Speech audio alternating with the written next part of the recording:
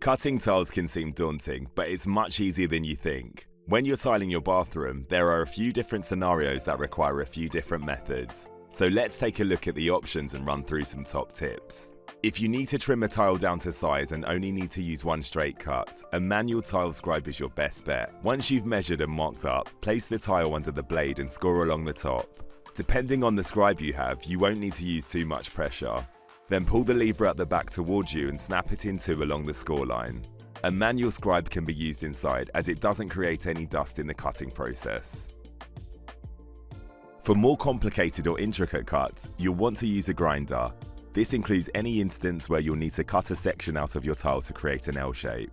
It's important that you hold the grinder tight at all times and make sure you're confident using it. When using a grinder, it's best to work outside as it can create a lot of dust. You should also wear the correct PPE, including gloves, a face mask, and eye protection. Now start by cutting in the middle of your marked line and drop cut as you get closer to the corner.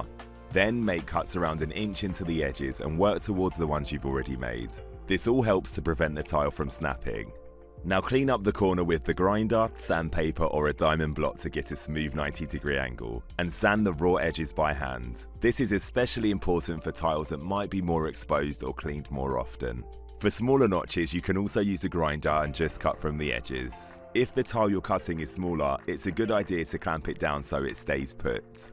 If you're tiling a bathroom, you'll probably need to cut around the odd pipe and fitting. For a semicircle shape like this, use your grinder to create notches up to the marked line, then using the edge of the cutter to break the notches off in the shape of the semicircle. Then to clean up the cut, use the edge of the blade to smooth out any rough parts, or you can also hand sand it with sandpaper. For smaller pipes that sit right in the middle of a tile, you want to use a drill and hole cutter. Attach a diamond tip hole cutter that's just larger than the diameter of your pipe and push down where you've marked the cut to go. Use water and a sponge as you drill, as this will keep the drill cool and prevent the tile from chipping.